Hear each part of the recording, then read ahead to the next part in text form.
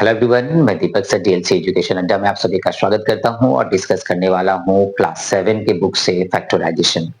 तो फैक्टराइजेशन के सीरीज में हम लोग अलजेब्रा के फैक्टराइजेशन करने के लिए तैयार हो चुके हैं। फैक्टर्स क्या होते हैं, प्राइम फैक्टराइजेशंस क्या होते हैं, इन सभी चीजों के बारे में मैंने डिस्कस किया था।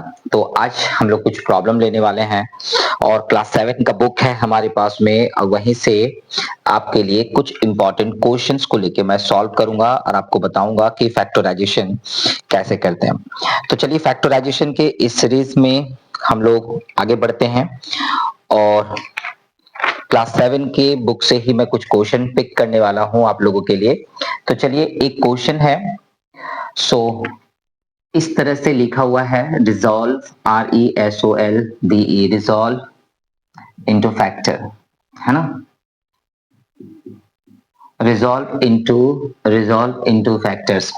तो इसे रिजॉल्व करना है और सबसे पहला प्रॉब्लम है इसमें 8 प्लस 16x। तो इसको कैसे करते हैं, यदि ध्यान से देखा जाए तो ये दो टर्म का बना हुआ अलजेब्रिक एक्सप्रेशन है। पहला टर्म हमारा 8 है और दूसरा क्या है, 16 है। प्लस यहाँ पे दिया हुआ है, प्लस और माइनस के साइन से, प्लस और माइनस के साइन से हम लोग टर्म डिटरमाइन करते हैं। तो दो टर्म है, पहला और दूसरा। यदि हम इसमें से 8 कॉमन ले लें तो हमारे पास क्या बचेगा, तो 8 1 जा 8 प्लस 8 2 जा 16। ऐसे यदि मैं लिख दूं तो आप बोलेंगे सर कुछ समझ में नहीं आया, है ना। तो चलिए इसका एक्सप्लेनेशन देखते हैं। एक्चुअली क्या है ना, आंसर यही है, आंसर यही है।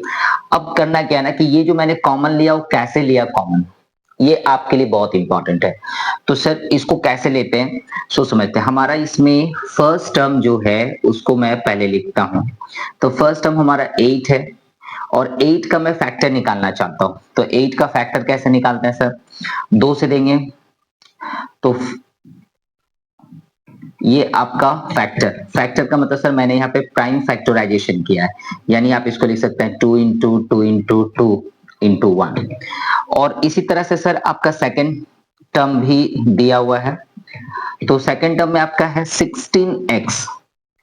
तो इस 16 का भी आप फैक्टर निकालेंगे तो इस तरह से आपका फैक्टर निकल जाएगा। ये फैक्टर जो मैं निकाल के आपको दिखा रहा हूं, ये केवल प्राइम नंबर से ही डिवाइड देते हैं। आप ओनली प्राइम नंबर का यूज करते हैं, दूसरा नंबर आप यूज नहीं कर सकते।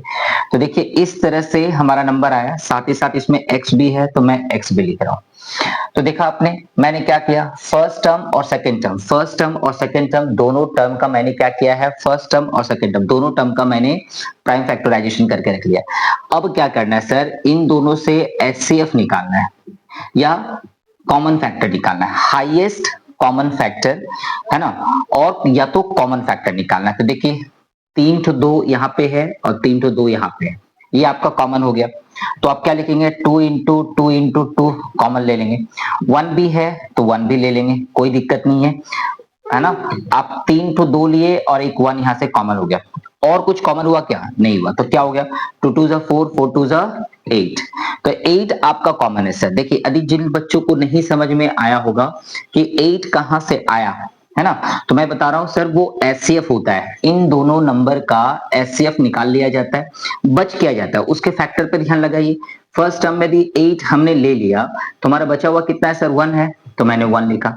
सेकंड टर्म में मैंने क्या किया, यदि मैंने 8 ले लिया, है ना, 2 इंटू 2 इंटू 2 ले लिया और 1 भी ले लिया, तो क्या बचा हुआ सर, ये दोनों बचा हुआ है, 2 इंटू x, तो 2x बचा हुआ। तो कहां से ये टर्म आता है, इसके लिए मैंने आपको एक्सप्लेनेशन दिया। ये चीजें जो मैंने अभी यहाँ पे किया है, यदि आपको डायरेक्ट यदि आप नहीं ले सकते हैं, है ना, डायरेक्ट यदि आप नहीं ले सकते हैं तो इस तरह से बेसिक तरीके से सॉल्व कर सकते हैं। ये सॉल्यूशन मैंने क्लास 7 से लिया है ना, क्लास 7 से ये सॉल्यूशन मैंने लिया था आपके लिए डिस्कस करने के लिए। जिन बच्चों को फैक्टर में दिक्कत है, मैं ऐसे ही छोटे छोटे प्रॉब्लम को सॉल्व करके आपको दिखाऊंगा विद एक्सप्लेनेशन, अब वहां से आप बिल्कुल सीख पाएंगे।